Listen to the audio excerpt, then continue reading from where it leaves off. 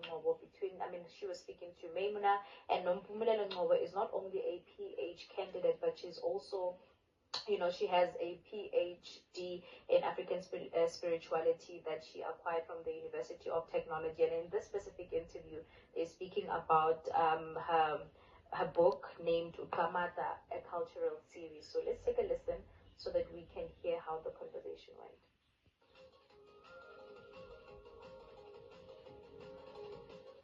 Welcome back, viewers at home. Now inspired by her daughter Kamata, the series takes the reader through a key cultural milestone from Musonyana to Mimulo, Lobola, as well as Ziki, offering young girls a sense of belonging, empowerment, and a pride in their heritage.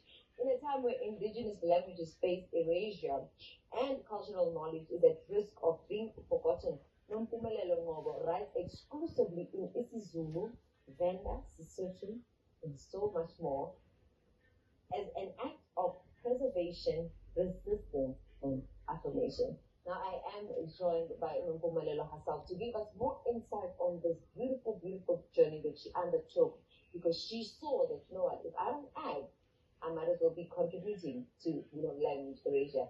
Good evening, Nompumelelo. Thank you so much for joining us tonight. Thank you for having me. Now, it's quite interesting that your daughter inspired you to sort of start this, cultural series. I want to know from you in terms of why is it important for you to base it on your daughter's perspective?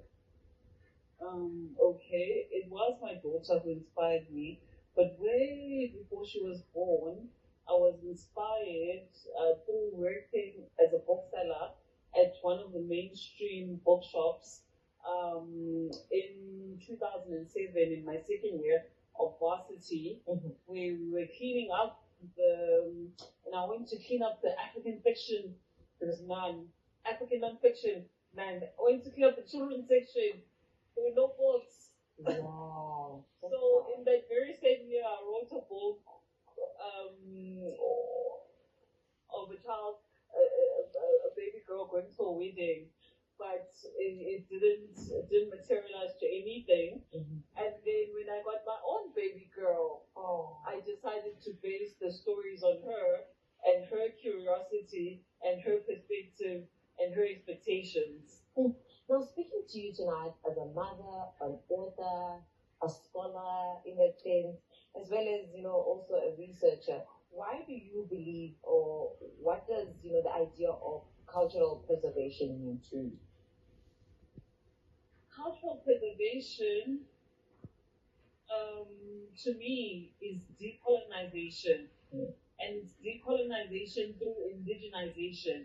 I believe there can be no decolonization without indigenizing. And indigenizing through using our languages, our mother tongues, through having books, animated series, movies, fun things for the generation coming that they will enjoy. So indigenizing in that sense, in a contemporary sense.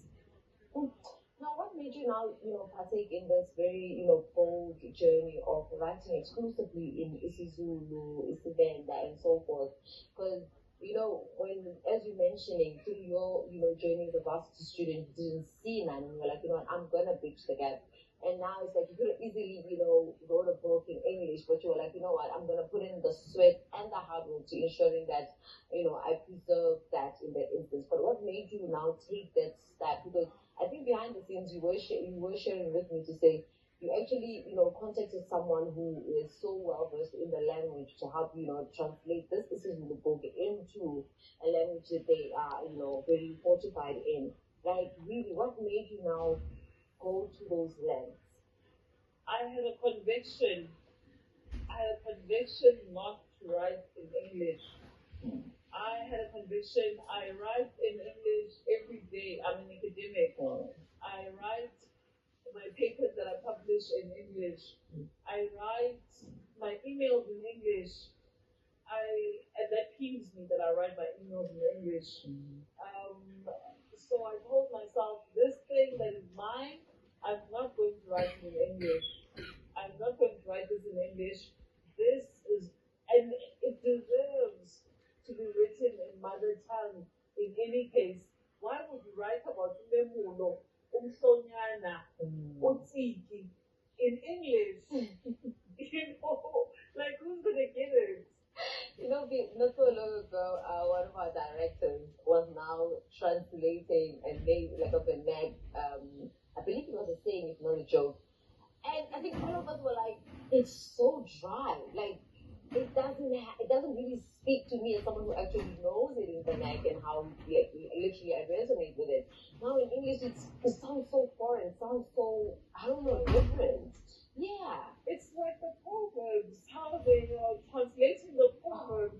That really pleased me. It really irritates me. And so much is lost in translation anyway. Yeah. We're not competing. Yeah. A lot is lost in translation. Yeah. And some feelings are not best, explainable to say, Nonsense. Yeah.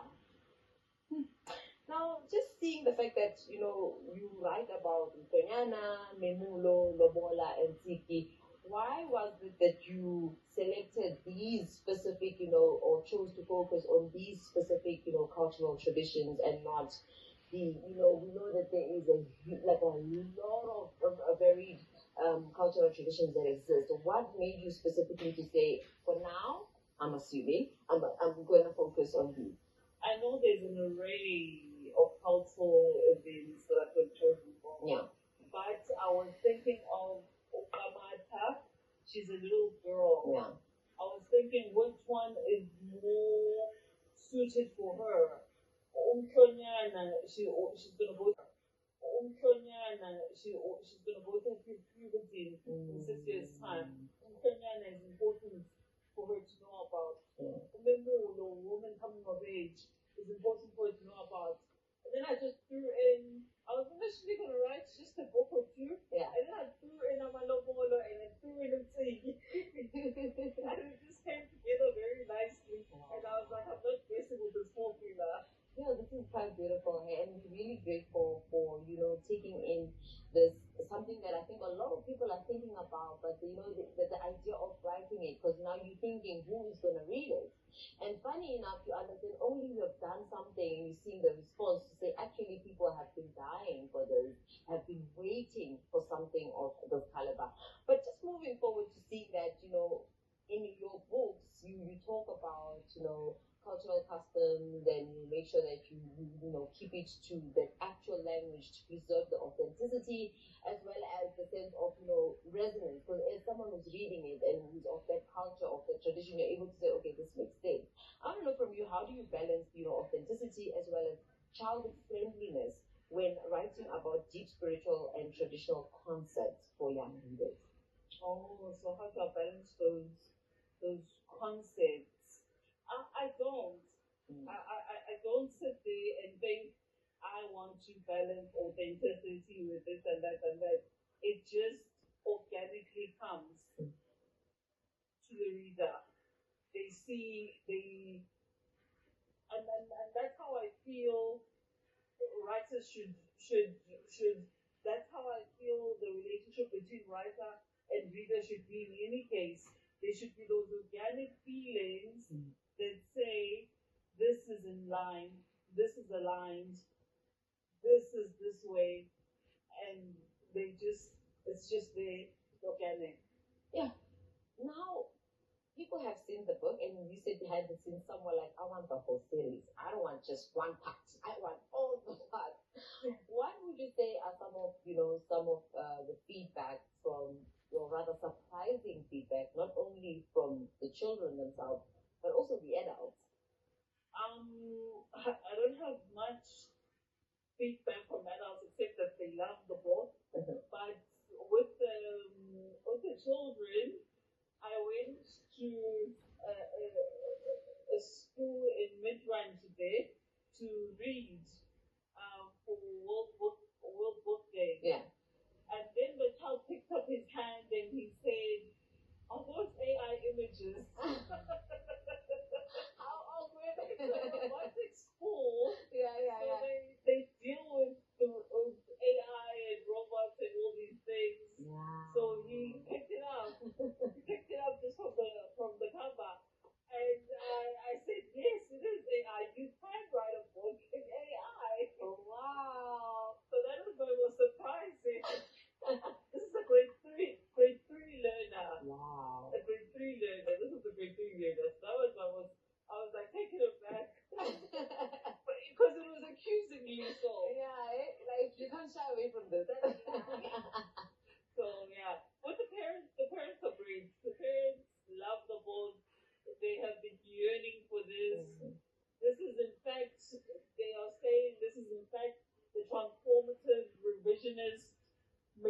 indigenous material that they want to see in their schools, in their kids' schools.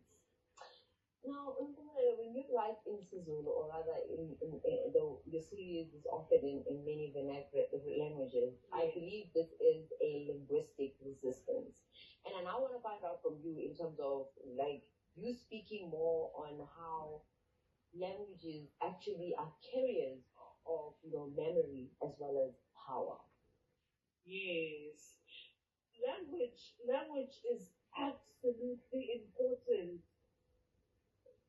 I'll go back to colonization. The first thing they wanted to do when they came was give us the Bible and read it in English. The initial instinct wasn't for us to translate it to our languages. That came after when they realized that it wasn't working. And the other thing they did was they banned witches. They banned African spirituality in South Africa as soon as they came. So in that sense, with colonization, I'm just trying to get the question again. In terms of the fact that you're saying that writing in vernac is a form of linguistic resistance. Yes, it is. How is resistance? Because it is decolonial in thought to resist through your language. And language is very important because language is how we communicate with our higher power, whoever he is that we praise. We communicate through language, and if you are speaking to that higher power in a foreign language, honestly, have you asked? I think that's the question that also comes to my mind. Say, if you're literally sitting on your, place of sanctuary and you are in desperate need, or you want to cry out to, the higher power, and you have to do it in English, how connected are you to those words? The souls. You know what I mean? I've noticed this about myself. I absolutely pray in isiZulu. I have been praying in isiZulu since I was young to the girl that I am now. I cry when I pray in isiZulu. When I pray in English, it is very formal, it is very cordial. Now, coming back to the idea that the book or the series are in vernac, what would you say are some of your challenges that you have encountered in, promoting the book or just speaking around the book? So what happens is I was at gallery in Randburg just the other Saturday. The teacher pop up and I was selling the books and I sold quite a few. And the people were coming onto the table. Do you have them in baby? Do you have them in baby? Okay. Do you have them in Tonga? Do you have them in Tonga? And it became a pattern. People want them in their own language. Yeah. These are just not enough. But what are your thoughts on that? Like, are you considering it, or is it something that I'd have to get professionals who speak those languages who can translate for me. Yeah, because I believe what you said behind the scenes, you were like, I get someone who speaks the language to translate. After they translate it, I get someone different from the person who translated it to proofread. And I mean, seeing that process, it does speak to the fact that also on your side, you need to find those people and I can figure. But now seeing the fact that, as a cultural researcher and policy analyst, how does your academic work inform your creative writing and vice versa? Yeah, because my academic writing, actually, I write a lot on indigenous people in my academic writing. I have a paper published about the Komani San of the Kalahari and how the traditional and modernity intersect. And then I have another paper that I just recently published with Oxford University, where I speak about the wildlife in Ulundi and the conflict with humans. And I use systems dynamic theory, but I also use systems theory. So I use IKS a lot, even in my PhD. I'm writing on African spirituality in an era of Western religious hegemony, and I am using IKS as a theoretical framework. So I use indigenous knowledge systems quite often. So that's why it was so easy then for me to write these books. Amazing. Now, just to close off our conversation, I'd like to ask you to say, do you see Ukamata cultural series expanding into, animation, multilingual versions, or even curriculum material? And most importantly, what is your hope for your legacy through this work? It is a dream of mine that we expand the series' lifespan through animation. That is a huge dream of mine. So looking at animation, I would love it if Department of Basic Education, if I could rope them in and they could have this series in full. In fact, the school I went to today told me that the lack of Zulu books, and this is a second language, a home language, Zulu school. The lack of Zulu books, these books would just be great. Wow. Yes. So there really is a lack. And once you do find people that produce, use their material. Use their material. That's why it's there to be used. And then your legacy? What do you hope for your legacy? I don't hope for much. I just hope for great.